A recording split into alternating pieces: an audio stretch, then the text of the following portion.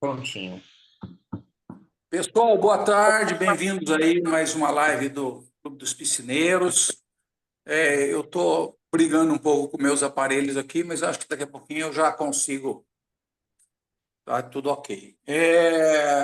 Essa live hoje é uma live que acho que vai despertar bastante interesse em todo mundo.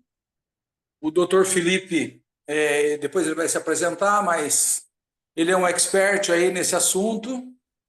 O escritório dele trabalha já com academias há muito tempo.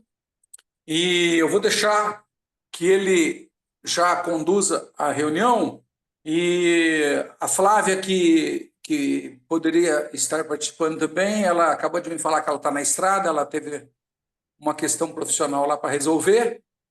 Então, bem-vindos todos, bem-vindo, doutor Felipe, ao Clube dos Piscineiros, e fique à vontade aí para abrir a sua apresentação, se apresentar, por gentileza, tá bom? E Tá, boa joia, tarde. joia. Boa tarde a todos. Obrigado, Edson. Obrigado, Christian, aí, pela oportunidade de estar aqui conversando com vocês. Obrigado pelo convite. É um prazer estar com vocês nessa tarde aí. E eu sou advogado especializado em direito do trabalho, direito empresarial. Estou mestrando em finanças e controladoria pela USP. Desenvolvo já há 18 anos um trabalho de regularização, de consultoria, de suporte para empresas do segmento fitness, tanto no aspecto trabalhista como também civil de consumidor. E já há algum tempo aí eu atuo com um serviço que nós temos aí o nome de Acad Juris, que seria uma empresa de assessoria especializada para clubes e academias, com os serviços de contabilidade, departamento pessoal e assessoria jurídica de rotina, aquela assessoria preventiva integralizada, entendeu? Uma consultoria especial, enfim. É basicamente isso aí, o resumo aí da minha experiência aí para poder vocês terem noção de com quem vocês estão falando. É, Bom, hoje combinamos, né, Edson, de abordar um tema que, que vem sendo muito requisitado aqui no escritório, tanto de questionamentos na parte da consultoria, quanto de processos que estão chegando aqui para para nossa equipe do contencioso fazer as defesas de ações trabalhistas com o pedido de reconhecimento de insalubridade para professores de natação, tá? E esse tema é um tema que já há mais de 10 anos nós tivemos ciência de uma primeira ação há 10 anos atrás que teve esse reconhecimento. Eu tive a oportunidade de participar de um evento onde eu palestrei, trazendo essa novidade e já alertando aos proprietários de academias, de escolas de natação, que existia na lei essa previsão, que era uma previsão contemporânea, uma previsão moderna, adequada à realidade das academias, mas que é, não tinha, era novidade, não tinha ali um estudo, um trabalho, uma adequada experiência, tanto dos especialistas na parte de normas de segurança e medicina do trabalho, quanto da própria Justiça do Trabalho. Então, que dentro das dúvidas que surgiriam por ser algo novo, né, uma identificação de um direito de receber ali a insalubridade por conta de haver ali o trabalho todo realizado dentro de um ambiente úmido, se enquadraria numa previsão da norma de regulamentação de segurança e medicina do trabalho, e que por conta disso, não tendo muita experiência, existindo dúvidas, o que que iria acontecer? Na dúvida, se favoreceria a aplicação da decisão mais favorável ao trabalhador, em respeito a um princípio do direito do trabalho, que é o indúbio pró operário. Na dúvida, se aplica a decisão mais favorável. E isso, na época, a minha ideia, isso foi um evento da UNEM, antiga União de Escolas de Natação, eu peguei e alertei. Provoquem as suas empresas de medicina e segurança do trabalho para que façam perícias e avaliações rigorosas, que busquem soluções e alternativas para criar ali não só equipamentos de proteção, como também medidas e procedimentos que possam afastar essa insalubridade e já iniciem esse processo preventivo. Na época, isso foi recebido com uma certa rejeição, considerando um ato isolado, um absurdo em si. E, de fato, o que existe é que não temos uma lei específica que determina escola de natação tem que pagar insalubridade. Isso não existe. Existe, sim, uma norma regulamentadora, na NR10, que prevê que todo e qualquer profissional que trabalhar em ambiente úmido ou encharcado poderá receber adicional de salubridade. Ponto. E aí, toda e qualquer questão pontual onde isso fosse requerido, seria feito ali uma perícia, e nessa perícia, o técnico, o especialista, diria se haveria ou não ali, para aquele profissional, o direito de receber essa insalubridade. Então, por conta dessa pontualidade, ou seja, os fiscais do trabalho normalmente chegam nas empresas, pedem os programas, né, que antigamente era o PPRA e o PCMSO, e aí eles faziam o pedido desses programas. Uma vez esses programas sendo entregues de acordo com como determinava a lei, que antigamente era para ser feito anualmente, e aí estando com isso em dia, normalmente o fiscal do trabalho ele não perde tempo verificando ali se o perito, ou se o médico, ou o engenheiro do trabalho, ou o técnico do trabalho, se eles fizeram corretamente ou não, partindo de uma presunção de que, como especialistas, eles estariam ali fazendo o programa de forma adequada e orientando a empresa de forma adequada, como determina as normas. Então, a fiscalização do trabalho sempre foi um pouco ali hipossuficiente para poder efetivamente determinar se haveria ou não ali algum direito para os trabalhos. Ele apenas fiscalizava se a empresa estava cumprindo a lei trabalhista que determinava a realização desses programas anualmente. Então, em relação à fiscalização, isso ficou muito rarefeito, não tinha nenhum requerimento, nenhuma exigência das empresas de se atentarem a isso. A maioria das empresas de segurança e medicina do trabalho sempre tiveram um entendimento que não tinha direito, por conta de que, por diversas vezes, a situação ali principal é do professor fora da piscina, normalmente de chinelo, de roupão, ou então com vestimentas efetivamente ali práticas, e por serem horistas, atuarem ali uma, duas, 3 horinhas, 2, 3 vezes por semana, então havendo uma eventualidade. Na regra geral, a maioria das empresas de medicina e segurança do trabalho não entendiam pelo direito da insalubridade por não haver um tempo suficiente, não haver ali uma permanência do profissional dentro do ambiente da condição insalubre. E isso também variava de N fatores. Nós temos situações de academias, né, que tem a piscina fechada, que tinha sistema de aquecimento.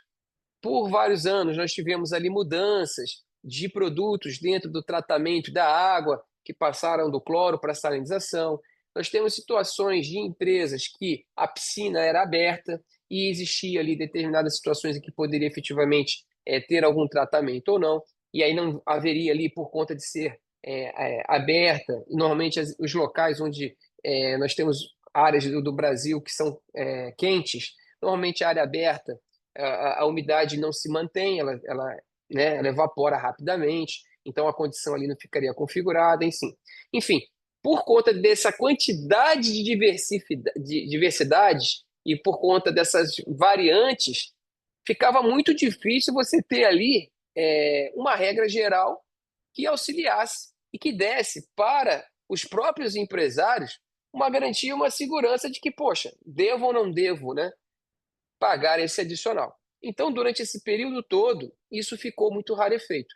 Foram decisões isoladas e que tratavam de casos isolados, mas que pós-pandemia aí nós estamos já percebendo, até antes da pandemia um pouquinho, de 2018 para cá, um aumento e um processo gradativo de profissionais tomando ciência, até mesmo provocados por advogados que são defensores dessa tese, e até mesmo advogados de sindicatos, de profissionais, oferecendo para todo e qualquer profissional que sai, eles oferecem ao saber que são profissionais de natação.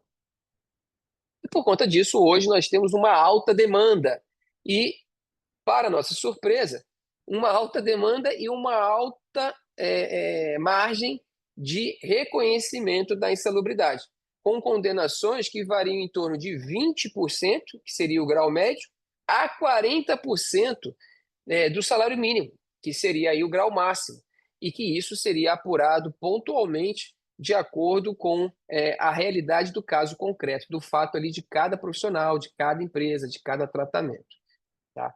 Então, assim, dentro de uma introdução rápida, antes até da gente entrar aqui numa exposição mais direcionada, seria hoje o tema que nós estamos trazendo aí para abordar com vocês, entendeu, Edson?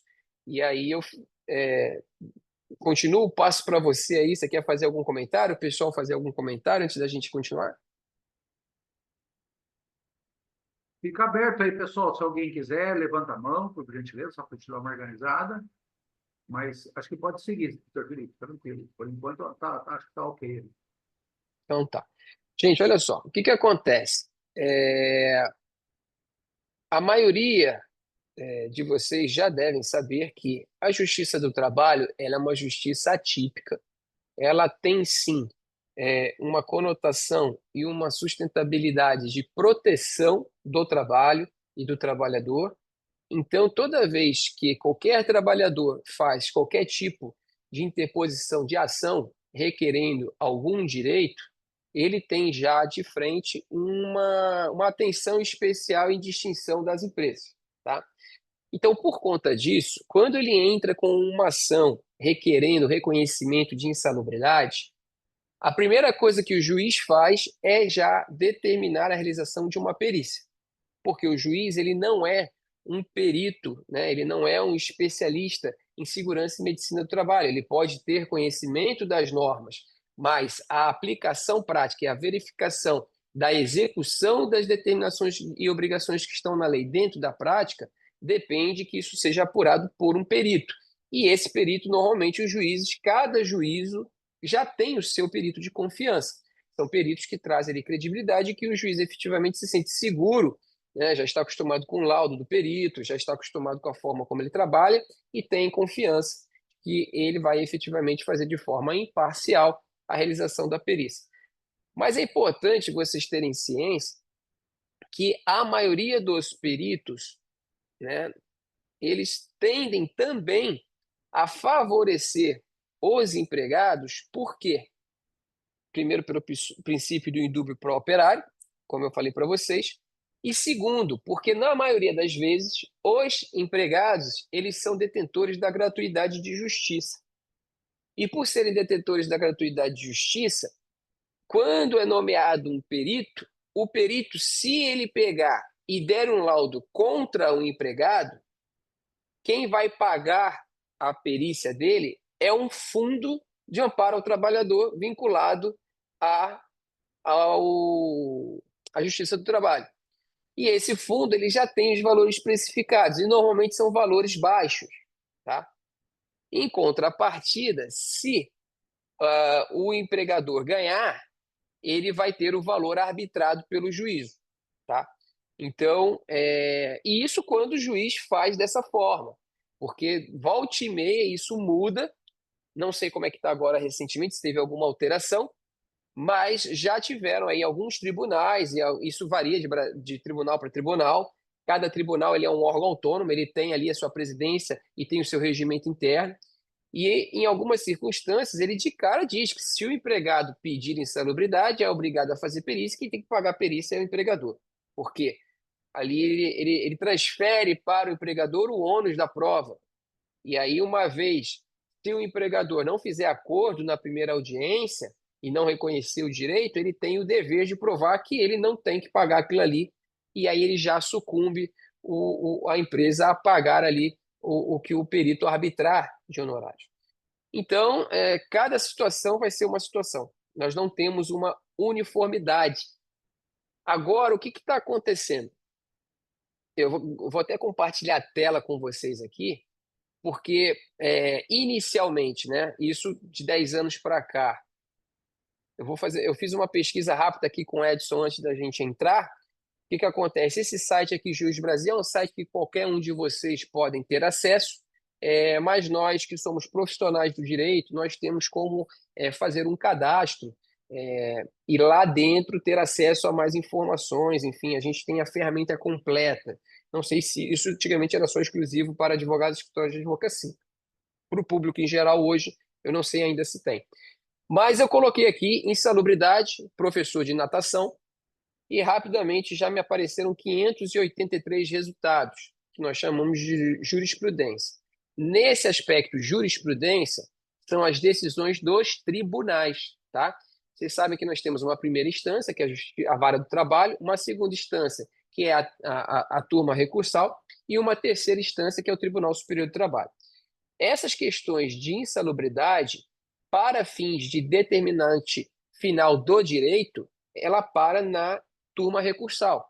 Então, o juiz de primeira instância ele emite uma decisão, essa decisão você tem direito à revisão, a revisão é feita pelo tribunal e, uma vez decidido no tribunal, não se discute mais elementos de prova, não se discute mais elementos de fato, tá?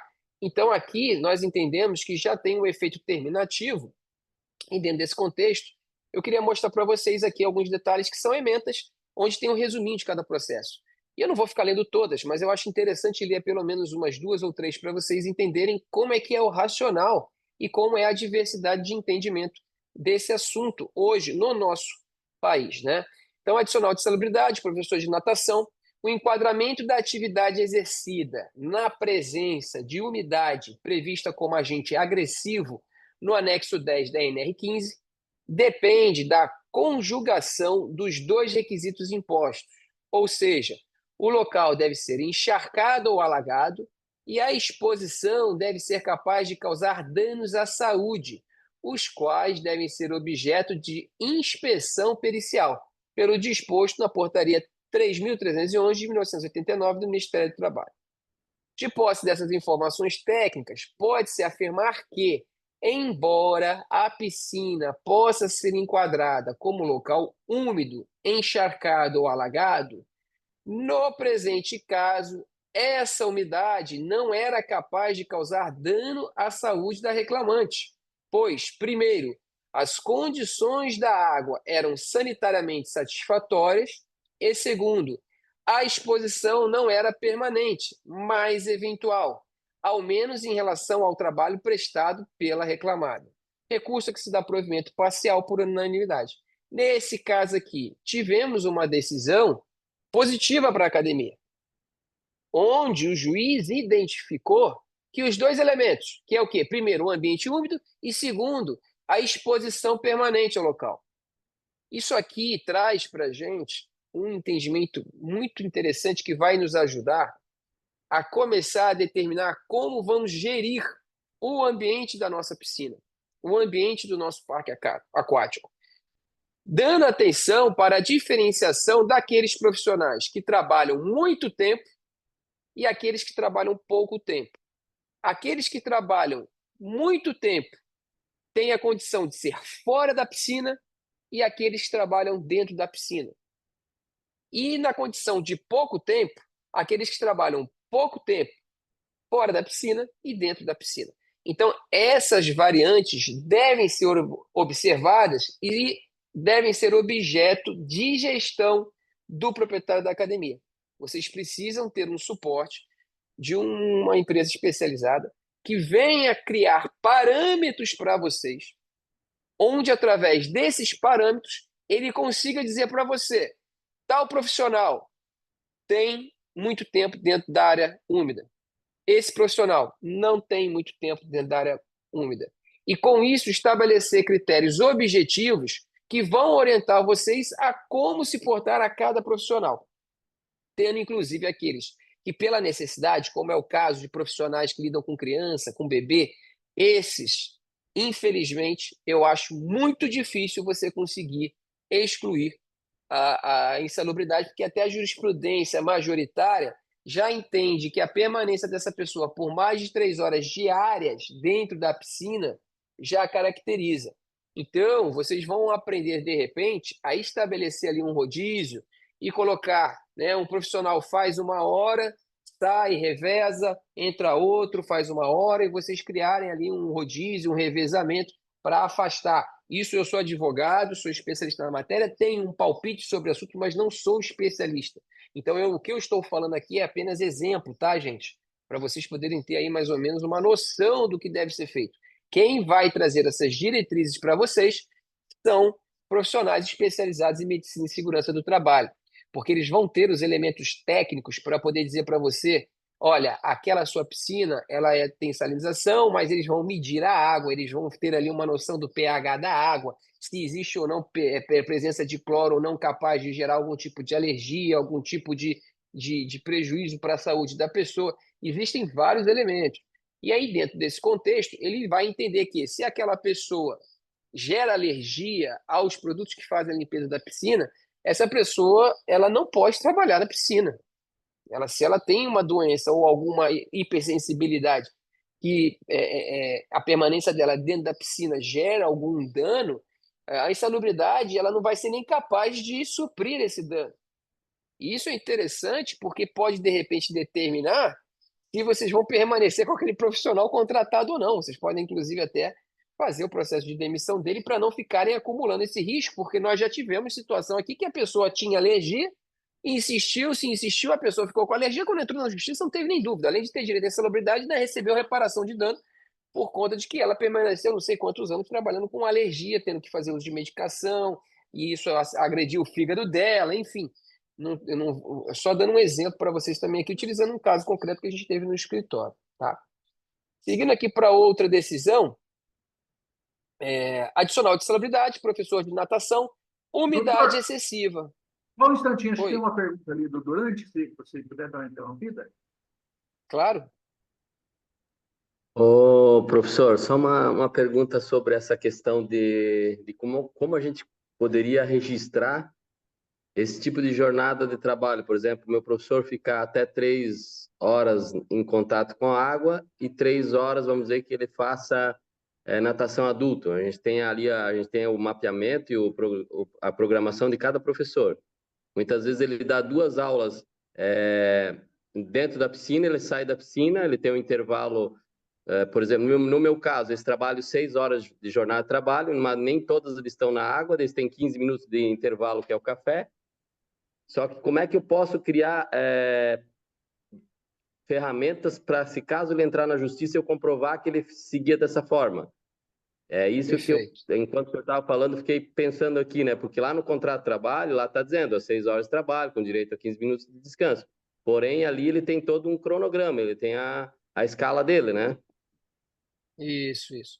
A ferramenta que vai efetivamente te trazer provas, elementos de provas para se defender, primeiro, é, ou você faz um aditivo no contrato de trabalho, já discriminando que ele vai ter a jornada X de tal hora e tal hora para essa atividade, e X tal hora para essa atividade, e aí você separa as duas atividades no contrato, e na verdade não é no contrato de trabalho, é um aditivozinho, uma folhinha que você pega e só Sim. registra isso com a ciência do empregado, que aí desde o processo de admissão, ou a partir do momento que ele começar a fazer isso, ele já fica ali ciente de que tem essas duas jornadas distintas dentro do trabalho. No segundo momento, o quadro de horário dele, onde você tiver ali discriminado a atividade que ele vai estar atuando. Isso também é importante, você ter sempre isso atualizado e sempre tomando ciência dos profissionais em relação. E isso batendo de acordo com o controle de ponto. No controle de ponto, se você quiser Isso. ser muito rigoroso, que aí existem as pessoas que gostam de pecar pelo excesso, que eu acho que pecar pelo excesso nunca é demais, né? Você pode pegar e fazer 2 pontos para eles separados, tá? É muito comum a gente criar essa distinção de um ponto quando a gente tem um profissional que faz, por exemplo, musculação e ginástica. E aí a gente cria 2 pontos separados para poder você registrar quando ele está dando musculação e quando está dando ginástica, e aí você pode até lançar, porque são normalmente valor de horas distintas, na folha de pagamento você discrimina separado. Horas de musculação, tanto. Horas de ginástica, tanto. Aí você pode pegar e fazer horas bebê, tanto, horas natação adulto, tanto. E você coloca Ah, separado, tá? perfeito. Perfeito, Sugestões, era isso tá? mesmo. Ou poderia ser também feito uma escala semanal, né? Ou diária, que ele assine, que é a escala que ele vai fazer no Isso, dia, por exemplo. No dia ele vai trabalhar e eu fico com isso registrado. E a questão do sim, ponto eu sim. achei interessante. Não, mas foi Isso. esclarecida a minha São dúvida. dinâmicas que variam de pessoa para pessoa. Estou te dando aqui um leque de opções que Sim, outras pessoas estão ouvindo e cada pessoa tem uma forma de gerir, né? Então, aí dentro desse contexto aí de capacidade de gestão, vocês podem utilizar N ferramentas. Não existe uma coisa também de você chegar e dizer assim, nossa, eu tenho que ter todas as provas do mundo, porque também sabe o que vai acontecer? O juiz vai priorizar a testemunha. Você vai pegar e vai levar uma testemunha de algum outro profissional que trabalhe e que comprove ou não, ele sim. realmente 3 horas de manhã ele era bebê, 3 horas da tarde, à noitinha ele era adulto, entendeu? Então você pode ter a prova testemunhal também que te ajuda na hora de se defender na justiça, tá? Perfeito, muito Legal? obrigado. Respondido. Muito obrigado. Imagina. Então, inteiro teor aqui, ó, adicional de salubridade, professor de natação, umidade excessiva. Recurso de revista da reclamada, adicional de salubridade, professor de natação para crianças, necessidade de permanecer dentro da piscina, umidade. O Tribunal Regional manteve a condenação ao pagamento adicional, insalubridade em grau médio, sob fundamento de que o laudo pericial constatou que o autor, como professor de natação, laborava em condição insalubre, tá? Outra, isso aqui é de São Paulo, tá? TRT2 é de São Paulo. TRT24 eu não sei de onde que é. Eu não lembro agora, depois eu passo para vocês. Ah, esse aqui repete. Deixa eu ver aqui se mostra mais um. Ó, esse aqui é do Tribunal Superior do Trabalho. Gente, o que que eu acho legal até fazer essa abordagem para vocês terem noção da diferença, né? Normalmente, Tribunal Superior do Trabalho, ele não vai mais julgar fatos, provas, tá?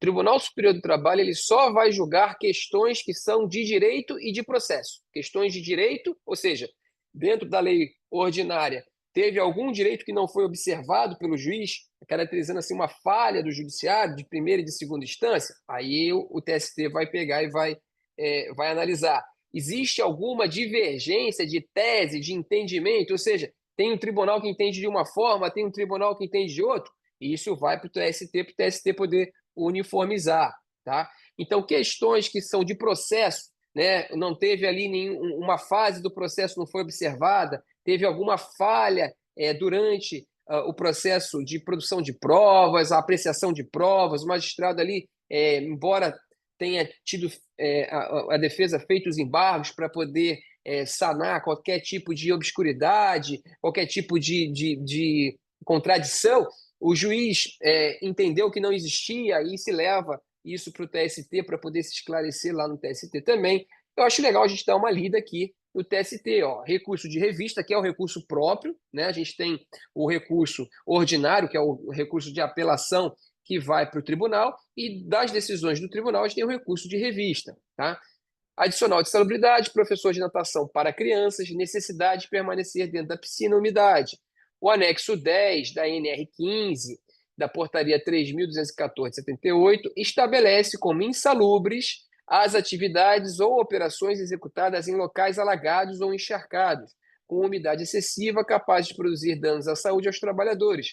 Circunstância a ser verificada por laudo de inspeção. Olha como é que as decisões se repetem. Isso aqui que a gente chama de jurisprudência. Quando começa um tribunal copiar a decisão do outro, e você vê que os textos vão ficando idênticos. E isso ajuda no processo de uniformização das decisões lá nos tribunais superiores.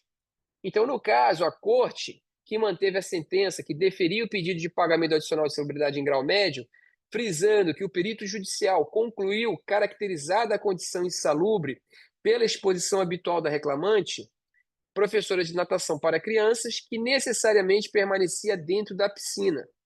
A umidade capaz de produzir danos à sua saúde, em especial irritações dermatológicas, ó, que a gente acabou de falar. Os arrestos trazidos esbarram no óbice das súmulas 23 e 2961 do TST, pois não tratam de hipótese fática similar àquela retratada nos autos, referindo-se à situação em que a exposição ao agente insalubre umidade era eventual, ou em que o professor de educação física não ministrava exclusivamente aulas de natação para crianças, mas também dava aulas de vôlei e basquete em sua jornada, recurso de revista não conhecido. Então, você vê que tem outros elementos aqui que nos auxiliam, em especial, a montar uma estratégia de revezamento, de gestão, de organização, entendeu? Do teu quadro funcional para afastar os elementos que vão caracterizar a insalubridade, tá? Isso aqui, vocês vejam, ó, são decisões de 2015, ó, decisões antigas. Essa aqui já é de 2021, mais recente. Essa aqui, ó, de 2003. Vejam que são decisões antigas e que hoje elas só estão de fato sendo verificadas por conta desse processo de interposição de ações que estão sendo estimuladas e normalmente pelos próprios profissionais, tá? Um fica sabendo de uma história por outro e eles acabam levando o caso para um advogado, o advogado pega, pesquisa na internet, como eu estou mostrando para vocês aqui, ele vê que tem jurisprudência, ele entra com a ação, tá bom? Só mais um aqui para a gente fechar. Ó, TRT 7, Constituição de Pessoa Jurídica, parará. Ó, adicional de salubridade, denegação. Atividade laboral não enquadrada nos balizamentos da NR15, anexo 10. Não a distrição do julgador ao laudo pericial, o juiz não está adstrito às conclusões do laudo pericial, podendo rejeitá-las desde que o faça devidamente fundamentado. É o caso dos autos, em que se tem por irrazoável a conclusão do perito, no sentido de enquadrar a atividade do reclamante, professor de natação, nos ditames do anexo 10 da NR15, que considera insalubre o trabalho realizado em locais alagados ou encharcados. Assim, rejeita-se o resultado da prova técnica, indeferindo seu adicional de salubridade vinculado. Aqui, o que aconteceu? Provavelmente a empresa, essa decisão de 2018, teve uma boa assistência técnica. Isso aqui é importante ressaltar. Porque o assistente técnico, ele deve ter apresentado um laudo muito robusto, o suficiente ao ponto de desqualificar o laudo do perito do juízo e convencer o juiz de que o laudo do perito estava errado. Isso é só para mostrar para vocês, desculpa, que nós temos medidas de se defender disso. A ideia desse bate-papo nosso hoje é justamente alertar para vocês para esse processo e trazer para vocês subsídios e elementos que vão ser necessários para vocês poderem se defender desse tipo de requerimento judicial. Porque isso aqui acaba virando uma indústria, gente.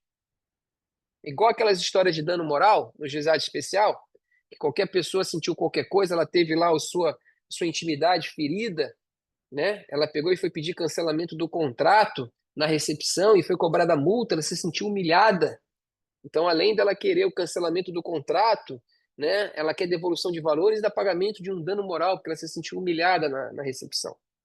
Então, assim, isso são exemplos de indústrias que nós temos hoje de dano moral e que, de certa forma, se deixarmos, os advogados trabalhistas, militantes em especial, vão se favorecer do protecionismo da justiça do trabalho para conseguir ter. E vejam que a gente tem aqui decisões que estão demonstrando para a gente que temos meios de nos defender disso, tá? Então, qual é a sugestão que eu passo para vocês aqui? Que vocês precisam ter, primeiro, uma análise crítica e uma verificação de como que é o teu ambiente. Nós temos um cliente aqui que nós, inclusive, estamos com um processo defendendo ele. Já tivemos um primeiro laudo que o perito deu insalubridade. E a situação desse cliente é uma situação difícil.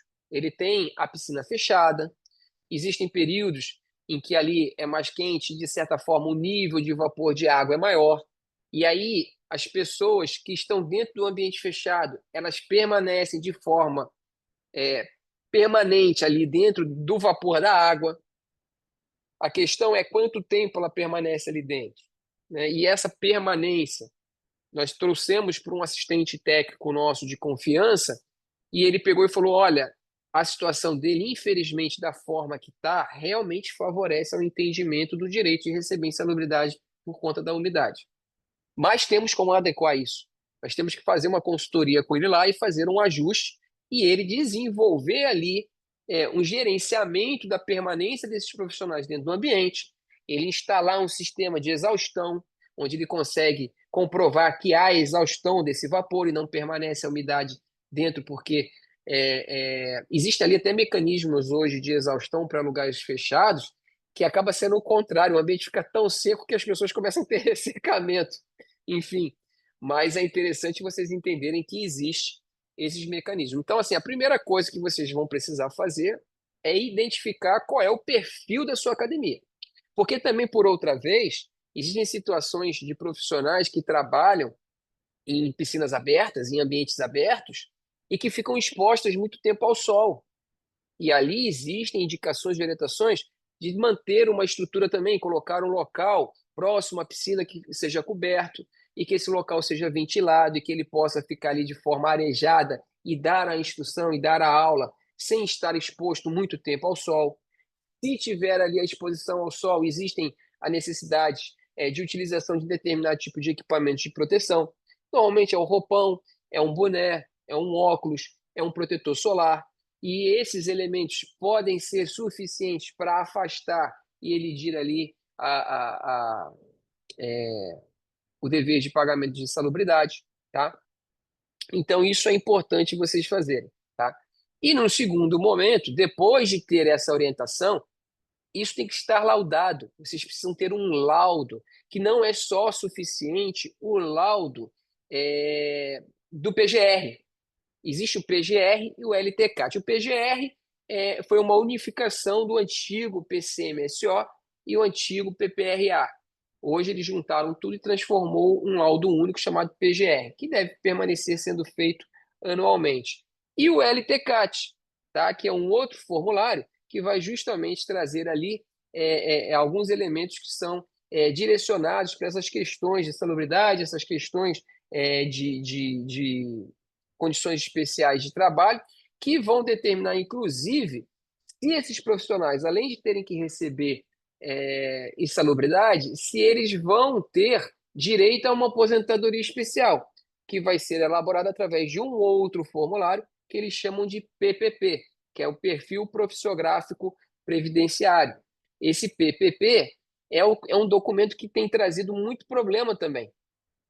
Esse é um terceiro elemento muito importante, porque muitos profissionais estão começando a se aposentar e quando vão procurar informações sobre o período de aposentadoria, e normalmente eles fazem consultas com pessoas que são da área previdenciária, quando eles falam que são professores de natação, essas próprias pessoas estão dizendo: e se você tem uma condição onde você trabalha em questão de insalubridade, você tem um tempo especial.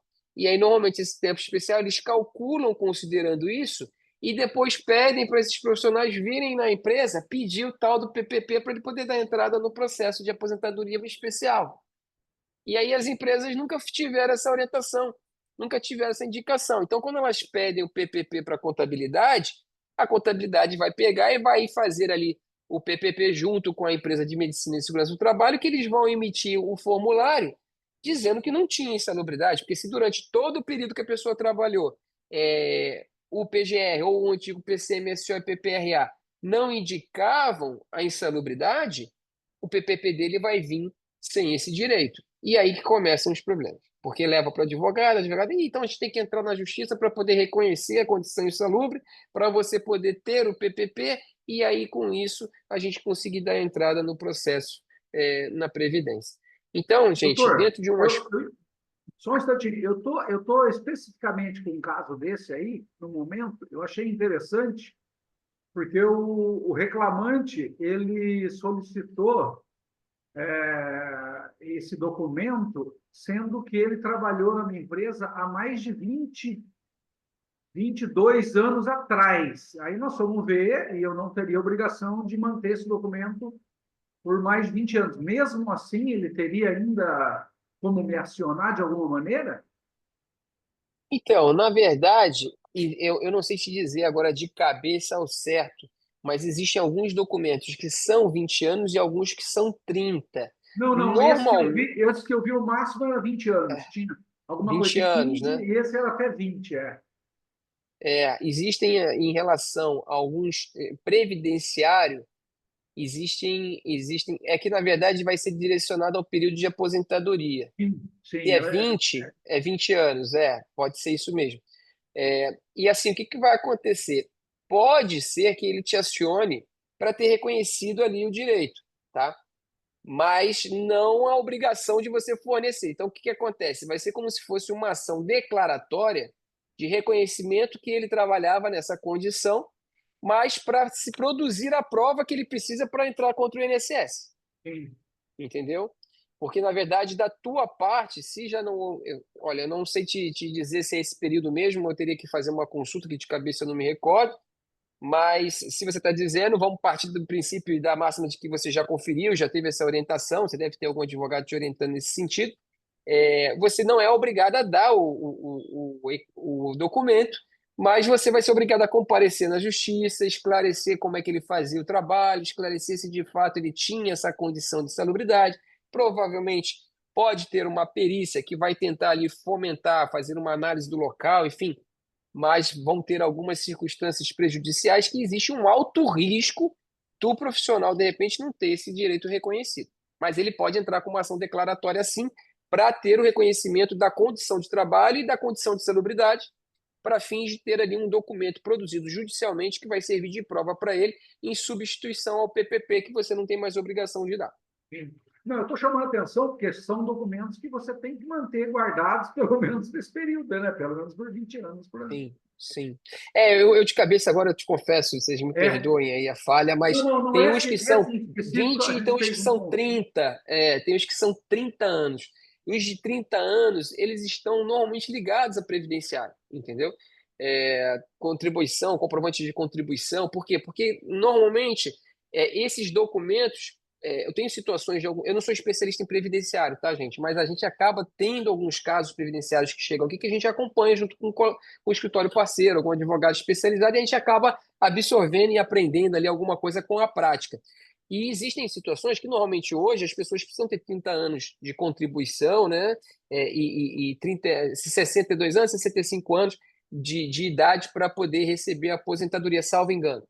E aí, em cima desse contexto, pode acontecer de algum profissional não ter lá no INSS o histórico de pagamento da contribuição, tá? E aí, normalmente, ele tem a carteira assinada, ele comprova que teve ali o período de trabalho, mas não tem dentro do INSS o registro do pagamento. E a falta do registro desse pagamento, normalmente, é uma obrigação da empresa. Então, o que acontece? Se a empresa tem mais, né, de 30 anos, se você já tem uma empresa há 40 anos, por exemplo, você tem que ter esses documentos que você pagou guardados, porque o INSS errar é quase que uma regra, entendeu? Sempre vão ter erros lá, principalmente dessa época passada. Hoje, mais recente, que é tudo muito informatizado, é mais difícil, mas ainda tem.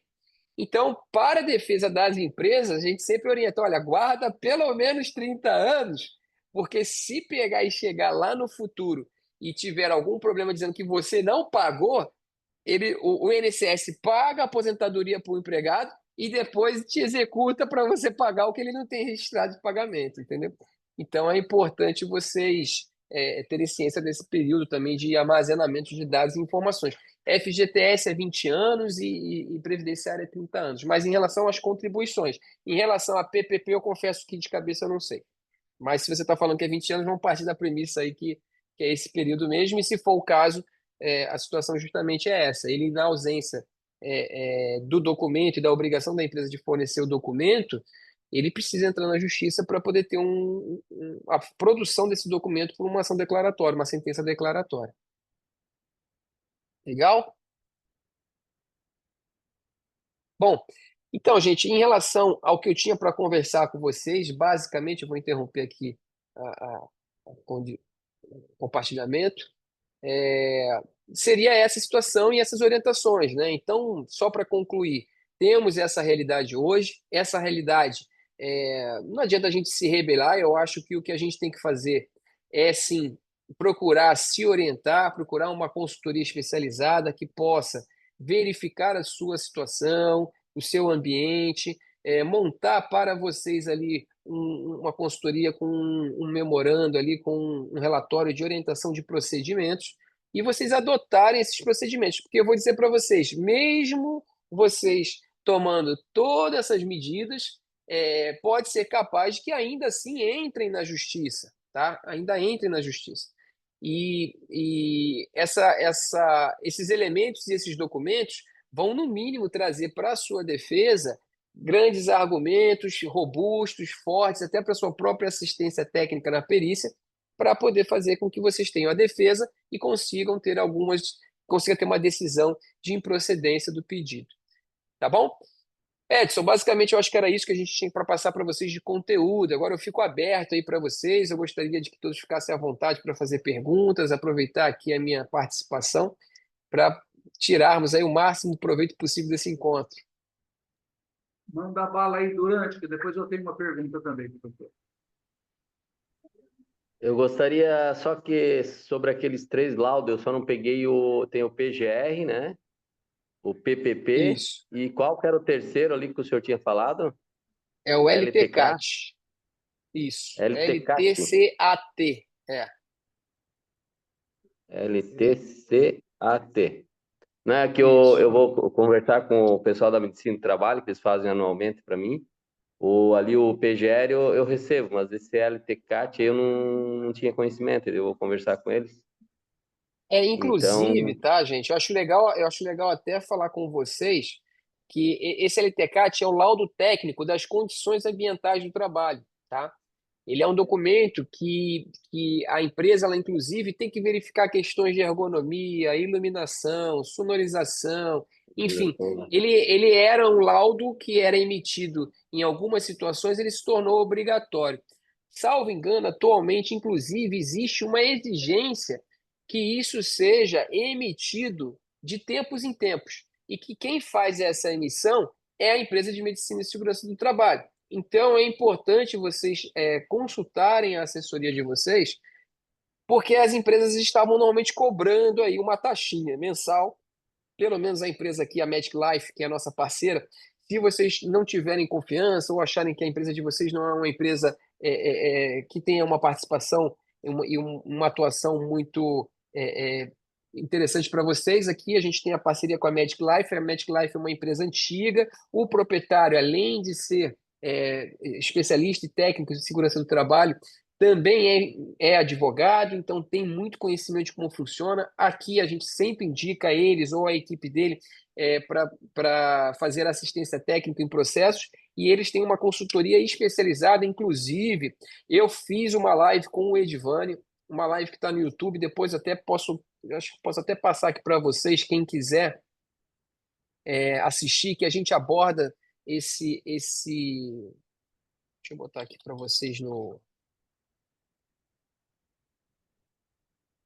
A questão ali, eu sei que tem aquele atestado periódico também, né? Tem o atestado admissional, o demissional e tem, acho que um periódico que é feito, que é Não, um esses são os atestado... ASOS. Esses são os Ah, ASOS, tá?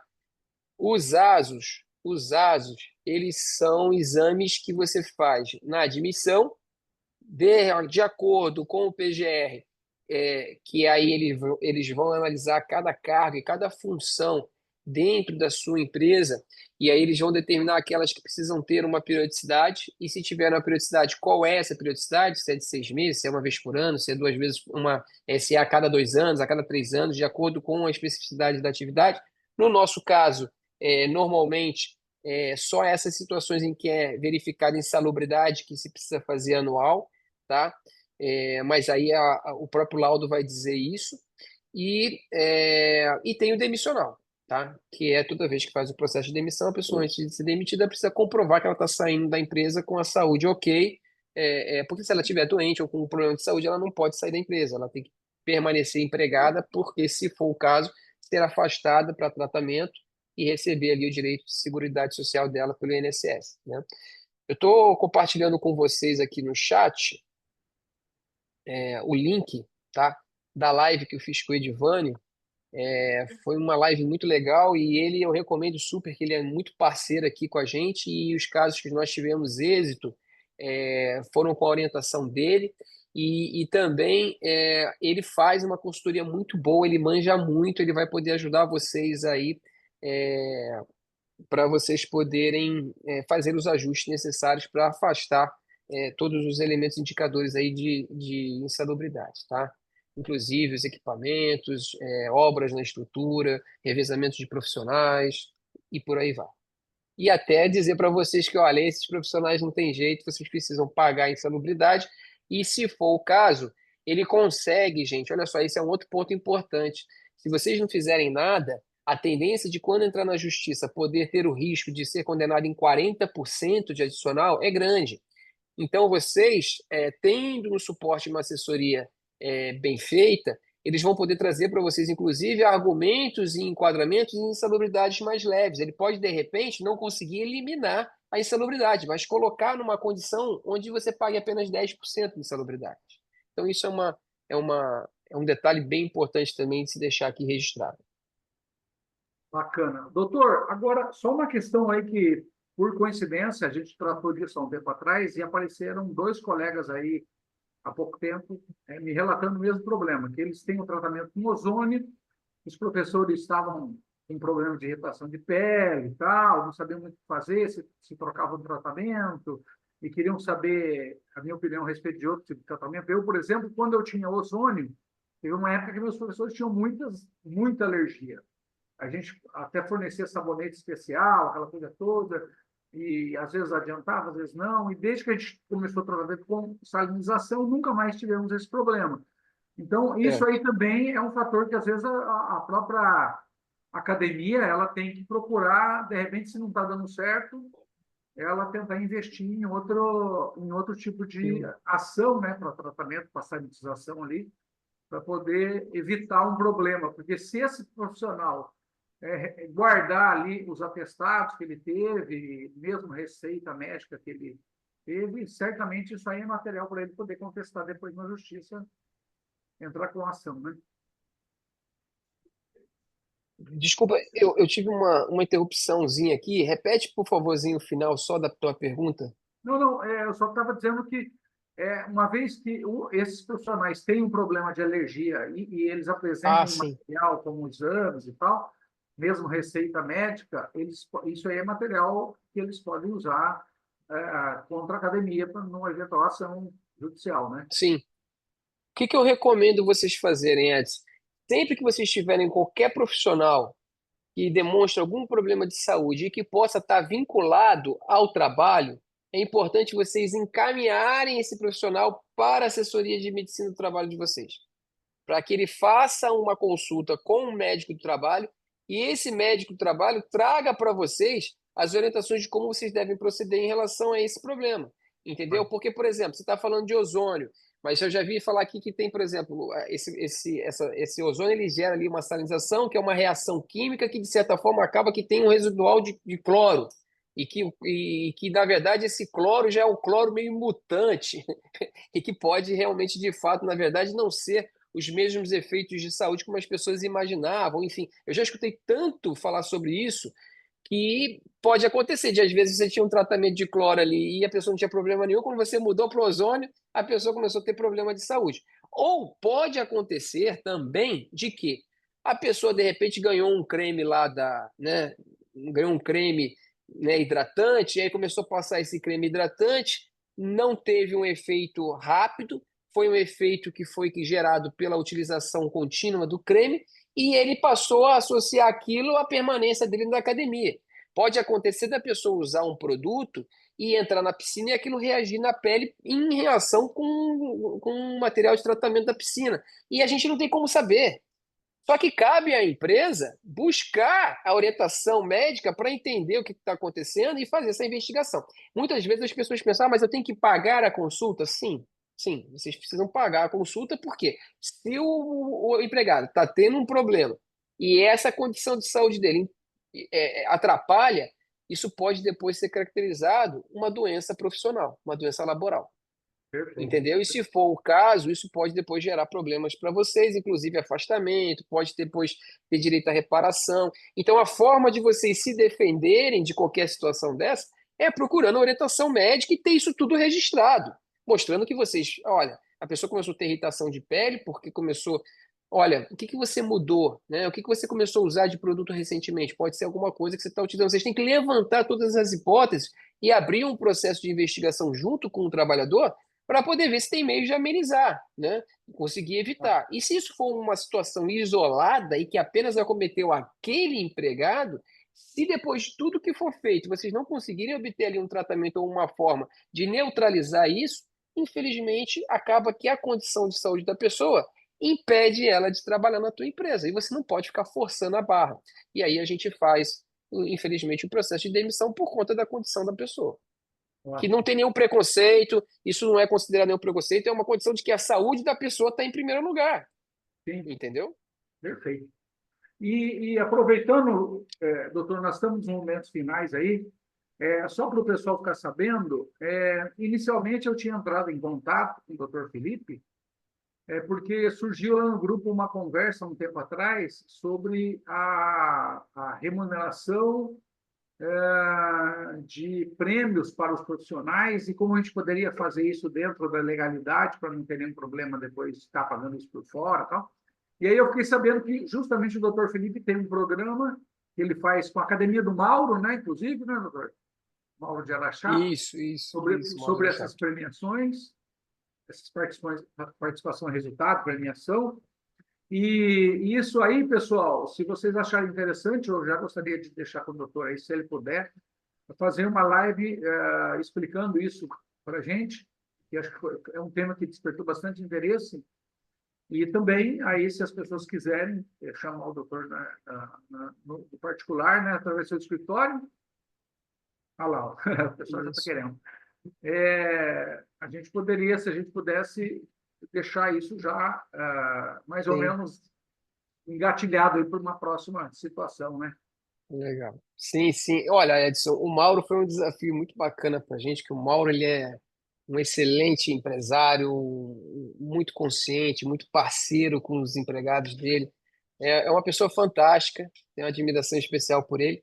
E ele sempre quis remunerar bem os Sim, ele funcionários já dele. É tentou uma de coisa tudo, muito na legal. verdade, né? Há muitos anos que ele faz isso. E ele trouxe um laboratório para a gente que foi um desafio enorme, mas que é uma proposta interessante e muito pouco explorada, que é a forma de você poder criar uma política remuneratória, onde você vai, de certa forma, criar elementos e critérios objetivos para distinguir e implantar de uma forma efetiva o que a gente chama de meritocracia. Porque é Isso. muito difícil hoje você ter profissionais de natação que fazem a mesma coisa dentro de um horário específico, com a mesma função, o mesmo tempo de conhecimento, de formação, enfim, e ter salários diferentes, porque isso aí gera o que a gente chama de equiparação salarial. E existem situações onde acaba que você pode confundir algumas remunerações com comissão. E aí existe a distinção do que é salário e do que não é salário. Onde eu posso implantar uma premiação? O que pode ser premiação? Se premiação integra 13º, férias, INSS, FGTS e verbas rescisórias, enfim. Então, existe sim, é um assunto muito complexo, não é simples.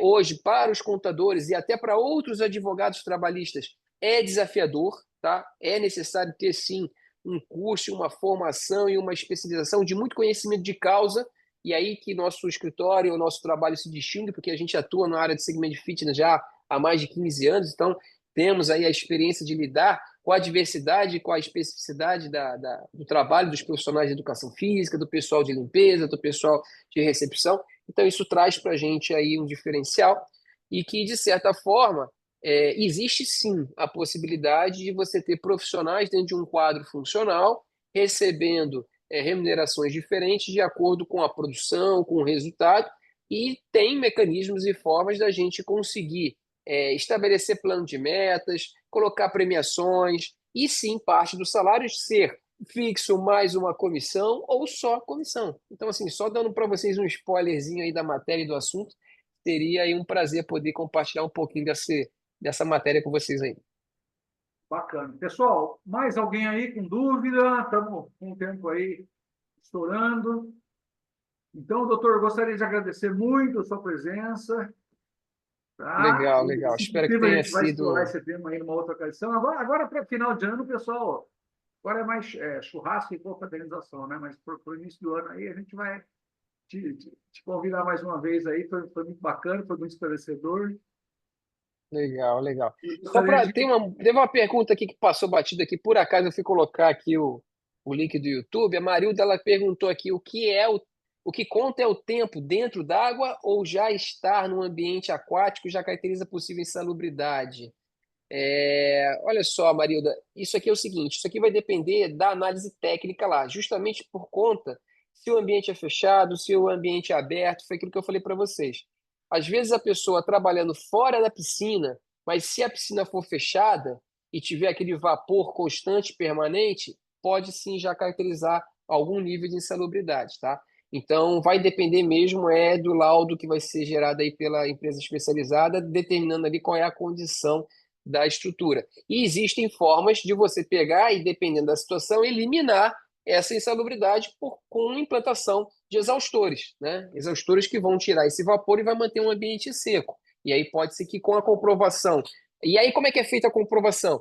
O pessoal da Segurança e Medicina do Trabalho tem aparelhos que medem o nível de umidade, entendeu? E isso aí é feito dentro de uma periodicidade. Então, enquanto o profissional está ali dentro, ele mede quando o professor entra, ele mede. Quando o professor está no meio da jornada, ele mede. Quando o professor sai, ele tem ali um parâmetro estatístico de quantidade de umidade a qual ele ficou exposto.